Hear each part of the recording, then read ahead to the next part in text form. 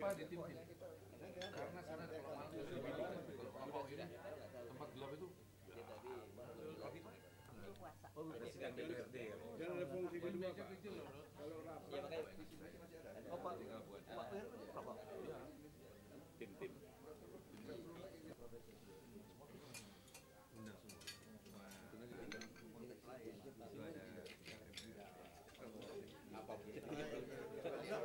Dibayar masuk. gimana? Sinerginya. Bukan sinergi, tapi sinergi. Sinergi berbahaya. Peristiwa kau ketuamu sama Yusuf dari 7 ke 5 Ada forum. Yang lima perjalanan tinggal. Yusuf Kala Mas bareng Surya Paloh. Surya dusta. Misalnya tim gue kan. Oh masih kan. Kalinya tuh bisa. Satu kan lingkungan Kadin tuh Mas harus orang kesini. Saya tadi pikir ada keluarga lagi saya tadi ada semua full. Dulu Ya, kalau saya sakit nggak jadi capres ini. Ya, sampai kan. Suasana tidak begitu dibiasakan di Jawa duluan baru Nabi. orang Jawa duluan baru Nabi. Wiranto tadi katakan gitu. Oh gitu. Lupa hidup makan dari tadi. orang Solo. Konon lebih dari seorang Solo ya katanya.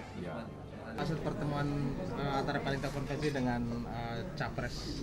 Ya, jadi ini tadi malam panitia rapat ya, bahwa panitia kemudian memutuskan bahwa kita perlu melakukan pertemuan antara panitia dengan para calon untuk menjelaskan beberapa perubahan sebagai akibat keputusan Rapim, di mana Rapim memutuskan ada dua perubahan besar.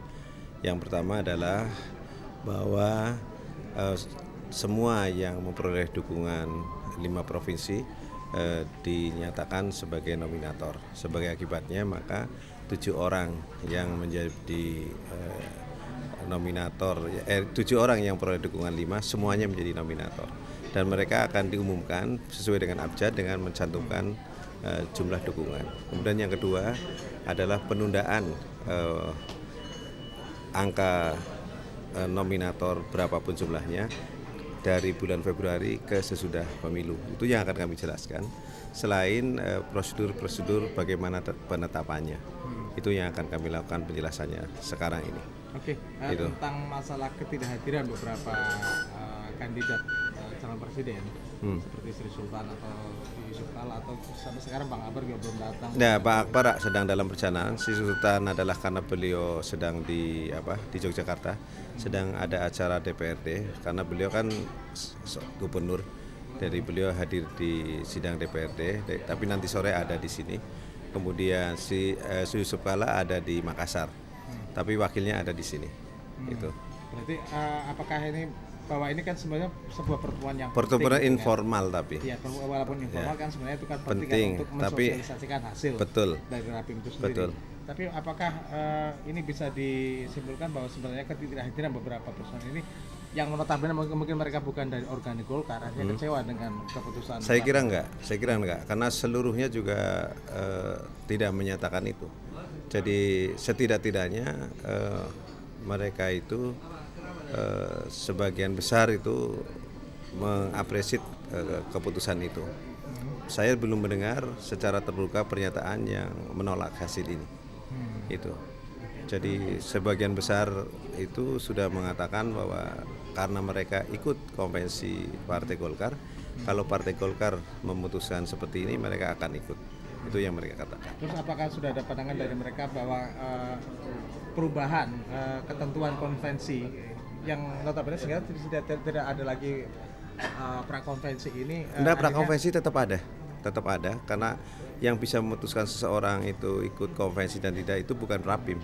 Ya nggak maksud Tapi saya apakah dari prakonvensi. peserta capres itu akhirnya merasa bahwa panitia konvensi kemudian menganulir sendiri peraturan yang sudah dibuat sebelumnya gitu ya? Bukan, panitia itu bukan menganulir, panitia itu hanya melaksanakan keputusan organisasi. Panitia ini tidak punya hak itu.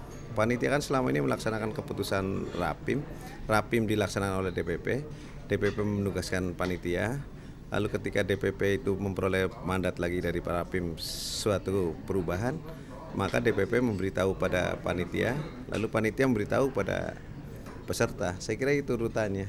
Ya, terima kasih. Makasih Pak. Pak Selamat. Jadi artinya keputusan tertinggi aja. Kiri, Pak.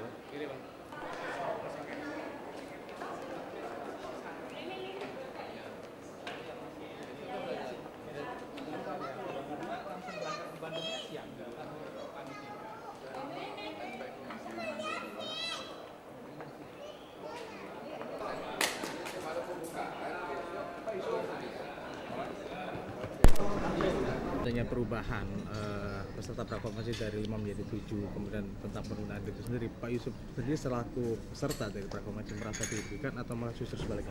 Oh tidak, saya kira kita harus ikut dengan apa yang diputuskan Rapim itu. Menurut saya keputusan itu bagus agar semua kita bergotong royong untuk melaksanakan dan mensukseskan pemilu DPR ini, itu lebih penting. Kalau menurut Pak Yusuf kan sebenarnya kan dari non organik Golkar ya, teman-teman juga fungsi. Saya penasihat Golkar. Oke, tapi kalau misalnya dengan semacam ini, apakah mereka yang bukan dari organik Golkar itu akan merasa kecewa karena pada dasarnya kan mereka kontrak awalnya kan dengan semacam itu gitu. Itu kan yang membuat peraturan Rapim. Kalau Rapim merubah kan boleh-boleh saja kan. Ini kepentingan Golkar. Jangan kita menjadi kepentingan pribadi, tapi kepentingan Golkar yang lebih besar harus diutamakan. Jadi Pak Kalam tetap mendukung. Mendukung. Oke, terima kasih Pak. Ayo.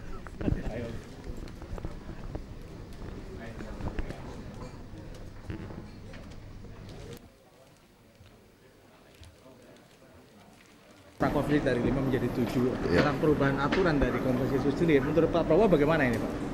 Ya sebagai peserta saya tunduk kepada keputusan Rapim gitu. Tapi apa secara pribadi Bapak juga kecewa dengan perubahan semacam itu? Artinya Bapak yang notabene bukan orang Golkar, aturan pertamanya semacam itu, tapi kemudian diubah gitu Pak. Jadi artinya kontrak awalnya sudah melenceng dari kontrak awal gitu, kesepakatannya gitu. Ya secara pribadi ya, memang saya lebih cenderung kalau keputusan itu lebih cepat dan sesuai dengan ketentuan pertama. Tapi kan ini yang punya wewenang adalah Rapim. Jadi Rapim sudah putuskan ya kita akan patuh kepada ketentuan itu. Kalau menurut Pak Prabowo sendiri ini akan menguntungkan peserta prakonvensi dari organik atau dari non organik? Kalau misalnya Pak Prabowo itu kan bukan dari unsur Golkar gitu ya. Iya. Pak Prabowo merasa dirugikan nggak dengan adanya aturan semacam ini? Saya kira saya tidak mau komentar tentang itu ya, rugi atau tidak rugi. Yang penting kita ikut aturan main, kita ikut ketentuan yang diputuskan oleh penyelenggara. Dalam hal ini penyelenggara adalah Partai Golkar dan yang punya wewenang adalah Rapim. Jadi kita ikut ketentuan gitu. Kalau untuk memenangkan pemilu itu sendiri, Pak Prabowo cenderung bahwa ini strategi yang tepat atau enggak misalnya? Keputusan dari 5. Kalau saya sebaiknya keputusan itu lebih cepat. Maksudnya yang cepatnya yang mana ini? Sebelum pemilu April itu. Alasannya apa Pak? Supaya jelas rakyat tahu apa yang akan siapa yang akan membawa bendera Golkar gitu. Terus tentang masalah katakan semacam quote unquote itu pendapat saya ya pribadi. Ya, dalam tanda petik masalah persaingan itu sendiri, Pak Prabowo dari 5 menjadi 7 itu juga ada keberatan itu. Apakah berarti kan tingkat kompetensinya jauh lebih besar gitu nih? Saya tidak ada masalah sebetulnya ya. Mau 5 mau 7 tapi yang penting ada kepastian, ada keputusan gitu. Ada keputusan. Iya, ada kepastian keputusan. Saya kira itu. Kalau kita tunda-tunda keputusan, menurut saya tidak menguntungkan Golkar. Ini pendapat pribadi saya. Tapi sekarang sudah keputusan Rapim, ya kita hormati dan kita akan ikut. Oke. Ya. Makasih Pak. Ya, makasih Pak.